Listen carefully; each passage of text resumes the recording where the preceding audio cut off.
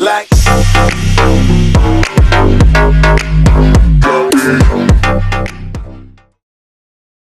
I just really felt like I wanted to make a video, and I really didn't know what I wanted to start. And this is sort of like take number five of kind of where I wanted to go. And you can say hi to my kitty because she wants to say hi. She likes to be in the videos. Um, so I originally was gonna do part two of my coming out story, but the thing is that there's actually so much material. There's a lot of stuff in there. So I'm just going to do a really short version of the story. And if people are interested in knowing more of the details, then, I can actually talk more about them. I mean, I think I could probably do like 20 videos on that. But basically what basically part two is about, what did I do? How did I get to the point where I felt like I needed to come out, and what made that happen? And and to make it short, really, is basically what happened was, I've been doing a lot of work in the past year and a half or 2 years or so on myself, in a very deep way. And I've been doing this for a long time. This is not something I just started yesterday. I've been doing meditation. I've been doing Reiki work. I've been doing some serious, deep self-reflection. And last year I did a program that was really intensive. We're talking about hours a day of deep. It's kind of like going to a meditation retreat, but you do it in your own house. And it was like 12 weeks long. And it basically really, really ripped away a lot of just, um, illusions, really. I mean, I thought I had an idea of who I was and what I was beforehand, and I'd stripped away a lot of stuff over the years, but this was really intensive. And it kind of left me into this space where I was trying to figure out who I was. I mean, because the problem is that we identify a lot with, who we are and what we think we are, but most of that is just a story. It's just something you tell yourself. Oh, my name is Tony. This is the Tony body, and Tony has these feelings and thoughts and whatnot. And and you come to believe that that's really who you are, but it's not. It's just a fabrication that your mind makes. And a lot of what the program that I did last summer, a year ago or so, did was sort of strip away a lot of that. But it didn't change the fact that I had spent a lot of time sublimating my sexual identity and things like that. And the problem is it left a big, huge open space of just great openness. But this other stuff's still there, and cleverly hidden, so to speak, or in the toy boxes, to use the analogy I used before. And so basically, what I decided, so basically, in an effort to kind of put myself together, so to speak, and figure out, kind of where I was coming from and what I was doing, I decided to do a mantra challenge in April about self-love, and universal love and self-acceptance, and I didn't figure there was any bad side to it, right? I mean, what's the worst that could happen? I become more loving. I mean, how's that going to be bad? Or whatever. And there were some people in the program that were doing it to meet people and things like that, because that's a part of love too. I wasn't really interested in meeting anybody because I was really quite content, really honestly, in my own personal self space. I mean, I was single and I liked it. I didn't have a lot of real desires to meet other people. I wasn't lacking in what I thought I needed as far as intimacy was concerned. And most of that's because, as I said, I'd spent years sublimating my those feelings, and so I didn't really have a need. And plus, I kind of thought, like, and this is not a self-esteem issue, by the way, but I just kind of felt like I didn't really have anything to offer. I mean, like, I wasn't the most attractive. I wasn't tall. I didn't have a great job. I mean, all the things that, people do it. And I was okay with that. I mean, that's the thing that's weird. A lot of people say, oh, I don't look like whatever. And they're coming from a very pity me space. I was just like, no, that's a simple fact. I work this many hours a week. I have 4 hours to, see someone. Well, who's going to want to see me for only 4 hours a week, etc. Very pragmatic, really. Um, but I started doing the love challenge anyway because I wanted more self love, more self acceptance, and more compassion, and I figured it would help me in my my work, because I mean, I'm a massage therapist and part of my job. So being more compassionate, more loving, more caring is not going to in any way, it's going to help that. So I thought, well, that'd be great. So, and to basically make things really, really simple, the mantra challenge really affected me deeply. because the mantras are sort of their own sort of power, really, and they work because they just do. And and there's millions of people chanting these mantras with intent behind that, and you tap into that, and the mantras began to really slowly empower me with love, energy, self acceptance, and these kinds of things. And keep in mind, I was really open from this previous course, and in a way that was very sort of undefined. And the more and more self-acceptance and self-love and universal love I got, the more this hidden toy boxed part of myself just basically was like, no, no, it's time to come. It got powered in a way because it was the only part of me that was sort of left, really.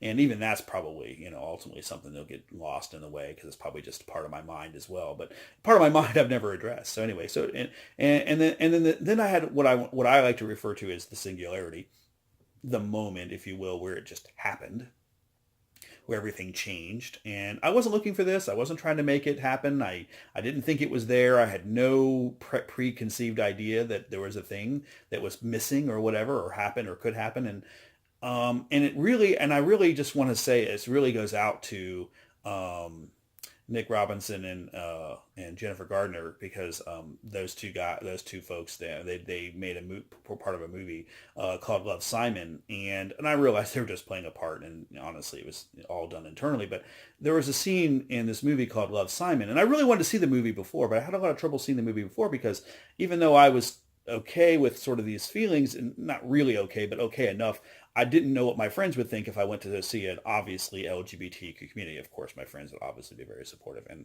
as I've obviously figured out by now.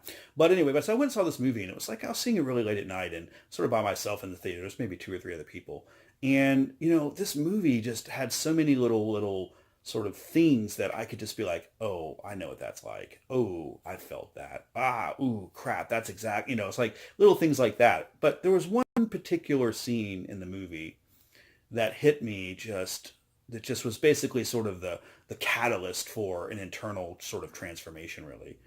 And I don't want to really ruin the movie, but there was just basically a scene where Simon, the character in the movie, is talking to his mom, and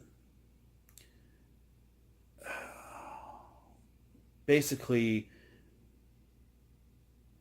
he just sort of had the worst day of his life, basically, and so to speak, not really his worst day, but a pretty bad day, and his mom could see that, and and basically he's sort of having to try to come to terms with something that happened in the movie, and and his mom basically just goes, look, you finally get to be you. And I realized sort of in that moment, or the realization hit me in that moment, that I had not been me either. I mean, I'd been something I created, which I had since spent some time dissolving, but there's this part of me, sort of the core part of me here, that I'd been denying as part of my existence. And then I realized that, I was also not being real. And then, it was just very cathartic. And then something happened and my brain just basically melted, which is not something it's happened before, but not to this degree. And I basically just, it's like suddenly I just blew up, and like everything I thought was me just dissolved and broke into little bits. And here I am, and turned in, basically I'm just a big, huge puddle of like, who am I? What am I? Where am I at? What's this world? I'm like, crap, is this even real? Am I in a simulation? And just, my brain just could not fathom. It could not understand what I was feeling. And that scene really just kind of, and then, as that was sort of trying to process what happened, I realized that I was finally able to sort of see myself in sort of my true self, so to speak, in a way that I'd never seen myself before. And, I've heard stories of what it's like when someone falls in love with someone, love at first sight kind of thing. And I always used to think that was just more myth or fancy thinking or whatever. But, I know it's real. I mean, because that's exactly what happened to me. I finally saw myself, so to speak, in a way that I'd never seen before. And I just, I fell in love. And, I don't mean just with myself. I mean, like, with existence itself, like with the being that, that is here that is flowing through me. And I'm sorry, these words, they may not make any sense to you if you're not familiar with these sorts of concepts, but I just suddenly was like, that's what's been missing. Not missing is not the right word, but it's like, I finally got to be like total and whole. It's like, I thought I was whole before, but it was just a shell of wholeness. And this was like a whole ofness of wholeness. And it just really just, basically just destroyed me, destroyed what I thought was me. And I was in love, and I was like, like, I just couldn't imagine life without, feeling, the way I was. And I still feel that way, by the way. And just, and then of course, mind you, I'm an emotional wreck in a cinema. Thank God cinemas are dark, and, I found myself and no one got to see me, in this position. Not that that would have mattered anyway, because I was like, it wouldn't have mattered, but it's still something you think about after the fact. And it's taking me, a little while. It's one of the reasons why it took me so long to make this video, is because it's taken me a while to kind of put it back together and figure out what had happened. And I just fell in love, and the reason why I eventually had to, kind of make the coming out videos and everything was because I realized that the coolest, best part of myself was the part that I was hiding, which is sort of funny to think about. And then once, I just destroyed this, it's like this space. It's like kind of like sort of like a volcano sort of, destroyed everything, or a fire or whatever, burns the trees down. And all of a sudden everything's very fertile and everything can grow. And that's exactly what happened. This part of the hidden part of me sort of just kind of blew up and grew and just was the most amazing thing. And here I am in love with that, and it's in love with me, and I'm in love with everyone else. And the universe is filled with love, and everywhere I go is love of this, and there's more love there. And I just, I'm filled with it, and just everything is just amazing. And it's a great space to stay in. It's still in that space. And so it's just really just so overpowering and amazing. And I'm just, and then of course, and obviously, I started wanting to explore that, and one of my friends helped me out and basically suggested I use some apps and to meet people, and I wasn't sure how that was going to go. And to make the story short here, because I don't want to make this a 50-minute video, and if anybody wants any more details about exactly what practices I did or how they did them or that kind of stuff, you can answer the questions below. I'll be happy to, to describe more detail, because it doesn't, it's all very interesting stuff. And, and it's not a formula. It's not like I did, practice X equals practice Y plus 4, raised to the square root of 19 equals, boom, self-destruction into awareness. It's not really like that. It was in a way kind of like that, but not really. And I wasn't expecting this at all. The singularities I refer to it, because I didn't know it was there. I had no idea that it was even possible. Turns out, after reading some material about some of the stuff we did in the previous course last year, that kind of thing is somewhat, that's kind of what happens, when you get rid of all these conditionings, around stuff, that stuff can come out, things can change, you're not inhibited in a way. So that's kind of what happened, but it's just part of a bigger practice, really. So anyway, but it basically blew me away, as I said. And, and I started dating, then I basically, I was kind of afraid to install the apps. Not afraid, but I thought that there might be repercussions because people didn't know and whatnot. And then I started going on dates, and I realized that I was totally secure with what I was doing for the first time ever. I had come to the terms, because I didn't like having feelings for guys, or feelings for, transgender people or whatever, and to myself. I had tried it out a few times over the years, as my previous story had said, but I always felt somehow like that wasn't right. And here I am, like, I went from, well, this is something I could do, to I'm doing this, look at me, and plus, I had all the other sort of freedom from all that. Repressed is maybe the right word. All that energy was free, and it was flowing out of me, and people had noticed, but they didn't know what had happened. But I had quite a few people make some phone calls to me and some Facebook private messages about what the hell happened to you. So people knew something had happened, but they didn't know what. And I eventually got to the point where I was experiencing, I was going on dates, and they were awesome. And I'm sitting there getting on Facebook and realizing that, 3/4 of the people on my Facebook post would have no idea that I might do something like that. But I'm the kind of person I like to share stuff. So, maybe overshare sometimes. But anyway, it doesn't really matter. So I wanted to share some stuff. And here I am having to, like, change pronouns or, make stories that are very vague. And, I'm just like, that's just not authentic really for me. I just wasn't willing to do that. And eventually, so that's what led to me like, okay, I've got to make this coming out video. And because I'm seeing I was seeing someone then, and I'm still seeing that person actually. But I'm seeing people and I'm dating people, and I need to be able to talk about this, and I need to be able to share this. Plus, as I said, if people had asked some questions and I didn't really have a good answer until then. And so I decided, well, this is what I'll do. And I didn't feel like having that conversation 4,000 times, so I made a video.